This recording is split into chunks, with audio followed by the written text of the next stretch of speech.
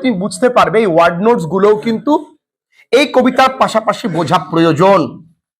এবং bangle sellers মানে কারা তুমি নিশ্চয়ই জানো, কিন্তু এখানে টেম্পল ফেয়ার, শাইনিং লোডস, এই শাইনিং লোডস মানে কি চুরি। ব্যাঙ্গেল সেলার কবিতা আমরা পড়েছি, কবিতাটা আমি যেভাবে পড়িয়েছি, কবিতার পাশাপাশি ওয়ার্ড নোটস গুলো যেভাবে পড়তে হবে, যদি সেইগুলো বোঝো, এবং কবিতার রাইম স্কিম কি, কবিতার রাইমিং কাপলেটে লেখা, রাইমিং কাপলেট মানে প্রত্যেকটা ক্যান্টোতে কতগুলো রাইমিং কাপলেট আছে, 3টে, তাহলে গোটা কতগুলো রাইমিং কাপলেট আছে, 12টা। এই হিসেবগুলো ঠিকঠাক করে বুঝতে হবে। আমি যতটা প্রিসাইসলি পড়াচ্ছি ততটুকু বুঝতে পারলে তবেই তুমি পারবে, নচেত কিন্তু নয়। দেখে নাও মা, The bangle Sellers has written বা হ্যাজ কম্পোজড বাই কে, তোমরা প্রত্যেকে উত্তর দেবে। সরোজিনী চট্টোপাধ্যায় নাইডু তার পুরো নাম। তাকে বলা হয় the nightingale of India. Nightingale of India তাকে কে নাম দিয়েছিল? মহাত্মা গান্ধী। তার এই যে কবিতাটি লেখা, দেখো the bangle seller Sarojini Naidu it is included in কোন কাব্যগ্রন্থে?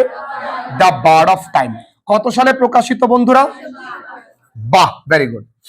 Which among the poem is composed by Sarojini Naidu? Where the mind is without fear, Rabindranath ঠাকুরের লেখা। Composed upon a speech of Bridge, William ওয়ার্ডসওয়ার্থের লেখা। The second coming, W B. Yeats এর লেখা। The bangle seller আমরা জানি, আমরা একটু আগেই পড়লাম, কারা লেখা? সরোজিনী নাইডু। আহ, বাহ, দারুণ। কি ওকে Okay. From which collection of poems by Bengal Seller is taken? আমরা জানি The Bard of Time. Okay. The publication year of The Bard of Time 19. তো আমরা এগুলো প্রত্যেকটাই পড়েছি এখনো পর্যন্ত, আটকে নিয়ে আমরা 25 থেকে 30টা করব। The Bengal Seller consist of, দেখো এখানে দেখো বুঝতে অসুবিধা হতে পারে, 1 octave and 1 sestet। আসলে প্রত্যেকটা লাইনে স্তবকে 6টা করে লাইন আছে, আর 6টা লাইন মানেই সেস্টেট। কি বললাম, জোরে বলি? 8টা লাইন মানেই অক্টেভ। আমি পড়িয়েছি সনেট পড়ানোর সময়। কোন সনেট? কম্পোজড আপন ওয়েস্টমিনস্টার ব্রিজ। তাহলে এখানে কি অক্টেভ আছে? নাই। তাহলে কি আছে? 1 octave 1 sestet, 3 quatrain 1 couplet, 3 octave 4 sestet। তাহলে কি আছে? 4 sestet মানে কি 24টা লাইন, তাই তো? 424 হয়ে গেল। আচ্ছা, the tone of the poem the bangle seller is nostalgic নয়, মানে অতীতকে নিয়ে ভাবনা নয়, মেলানকোলিক একাকিত্ব নয়, আর এখানে রহস্যও নেই। তাহলে কি? Joyful and celebratory. কাকে সেলিব্রেট করছি? ওমেনহুডকে, অর্থাৎ নারীত্ব। Okay, how many couplets are there in the poem the bangle seller? ভালো করে বুঝবে, কাপলেট কতগুলি আছে? 12। 12 দুগুণে 14। আমি পড়িয়েছি, বুঝিয়েছি, যা পড়াবো এর বাইরে কিছু দেবে না। 11-এ বলো, 12-এ বলো, প্রত্যেকে যখন স্কুলে পরীক্ষা দেবে দেখবে তোমরাই লিখছো, বাকিরা তোমাদের কাছ থেকে হেল্প নিচ্ছে, কারণ আমি তৈরি করে দেবো যতদিন আমি পড়াচ্ছি এবং আমার সঙ্গে আমার বাহনটা রয়েছে, চিন্তা নেই। এরপরে how many couplet are there in each stanza? বলে ফেলেছি আমরা 6টা। আচ্ছা, এটা পড়িনি। The rhyme scheme of each stanza of the bangle. আমরা রাইম স্কিম জানি, A A B P C C. কোথায় সে? How many couplets are there in each stanza? প্রত্যেকটা স্ট্যাঞ্জাতে কতগুলি কাপলেট আছে? 3টে। How do you classify the poem? আচ্ছা, এই পোয়েমটা আমি শুরুতেই বলেছি it is a lyrical poem, বলেছিলাম। ছান্দিক কবিতার রাইম স্কিম আছে, লিরিক। সনেট তো নয়, সনেট মানে কটা লাইন থাকবে? ওড মানে শোকগাথা নয়, এলিজি মানে শোকগাথা, ওড মানে কাউকে উপেক্ষা করবে, কাউকে উদ্দেশ্য করে বলা। ওড মানে কাউকে উদ্দেশ্য করে বলা, তা নয়।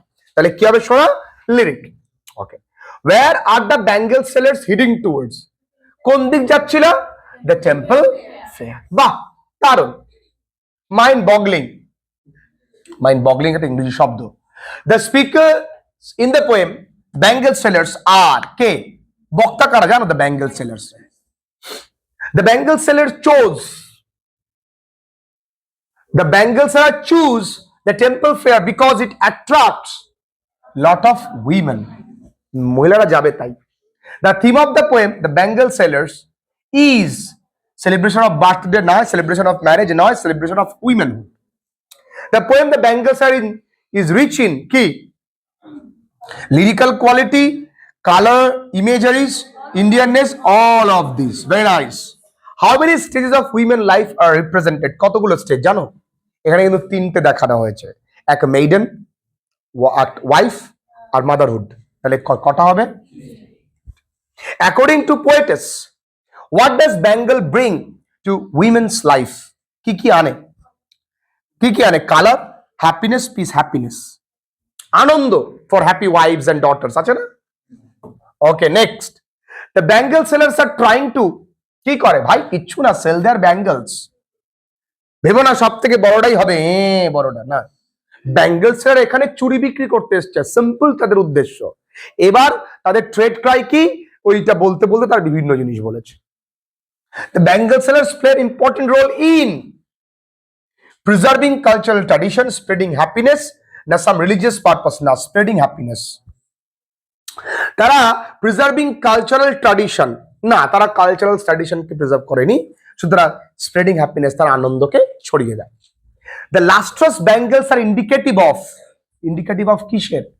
The lustrous bangles are indicative of happiness. What are being referred to shining loads? আমরা জানি the bangles. Our shining loads the temple fair, এখানে আওয়ার রেফার্স টু কাদের? The bangle sellers. Okay, fine. The phrase rainbow tinted circles of lights refers to rainbow tinted multicolored bangles. Very nice. Next, 25 দাগ বন্ধুরা, the bangle sellers bangles are token of কি? Radiant lights. 26 দাগ, what do the bangles symbolize in the poem? Different stages of women life. এটাই হবে। আমরা বারবার করে বলেছি the meaning of the word lustrous. Lustrous মানে কিন্তু ঝলমলে, তার মানে অল অফ দিস, শাইনিংও হবে, ড্যাজলিংও হবে, স্পার্কলিংও হবে, all of this. The bangles are described as lustrous token of, সব কটা, শাইনিংও আছে, ডেলিকেটও আছে, lustrous token of radiant light, তাহলে all of this. The figure of speech, দারুণ জিনিস, used in the line rainbow tinted circle of lights, আমরা একটু আগেই পড়েছি মেটাফোর। আমরা কি করে বুঝলাম? ওই যখন এই কবিতার ওয়ার্ড নোট গুলো পড়লাম, মেটাফরিক্যাল ইউজ বলেছি, আর এগুলোকে বলা হয় ফিগার অফ স্পিচ। খুব ভালো করে বুঝিয়ে দেবো, চিন্তা নেই। যারা অনলাইন ক্লাসেস করছো, অনেকে আমাকে লিখছো স্যার আমি না এগুলো বুঝতে পারি না, আমি তো বোঝাইনি তোমাদের এখনো। আর যদি খুব তাড়া থাকে, তোমরা ইউটিউবে যদি সার্চ করো ফিগার অফ স্পিচ, দেখবে খুব সুন্দর করে আমি বুঝিয়ে দিয়েছি। তাছাড়াও আরো বোঝাবো, অনেক রকম ফিগার অফ স্পিচ আছে, যেগুলোকে ইংরেজিতে বলা হয় রেটোরিক্যাল ইউজ। কি বলে শোনা? কি কি আছে? অনেক রকম, আগে বলেছি সিমিলি আছে, মেটাফোর আছে, সিনেকডিকি আছে, অক্সিমরন আছে, হাইপারবেটন আছে, হাইপারবোল আছে, প্রচুর আছে, ট্রান্সফার এপিথেট আছে, পান আছে, পান, অনোমটোপইয়া আছে, কি আছে? অনোমটোপইয়া, অ্যালিটারেশনস আছে।